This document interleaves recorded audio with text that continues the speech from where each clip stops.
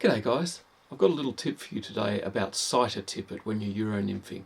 Now you can buy really good quality Bicolour or Tricolour sighter tippet from a bunch of different line manufacturers, and it's great, but it's pretty expensive, and you can pay $20 or $30 for a 10-metre roll of the stuff. Now a cheap alternative that you can get to that, which works really well, is this stuff. It's called Amnesia by Sunset, and as you can see, it comes in a bright yellow colour like this that's very highly visible against a dark background. What happens though is when you get it over a light coloured background, like say if I put it over my face there, it becomes a lot less visible.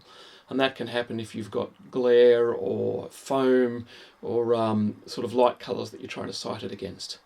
So what I do is I carry a red permanent marker with me out onto the water, and I'll build my entire sighter tippet, my entire leader out of this stuff, all the way from the fly line down to the tippet ring.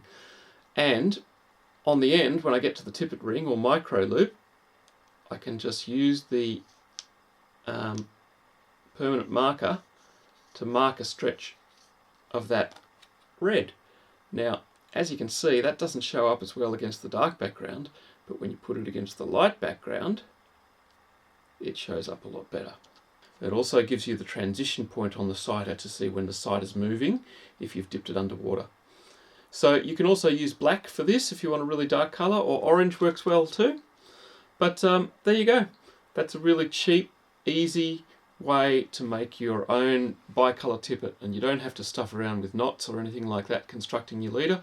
You just do one length, level leader straight from the fly line to your tippet ring or micro loop.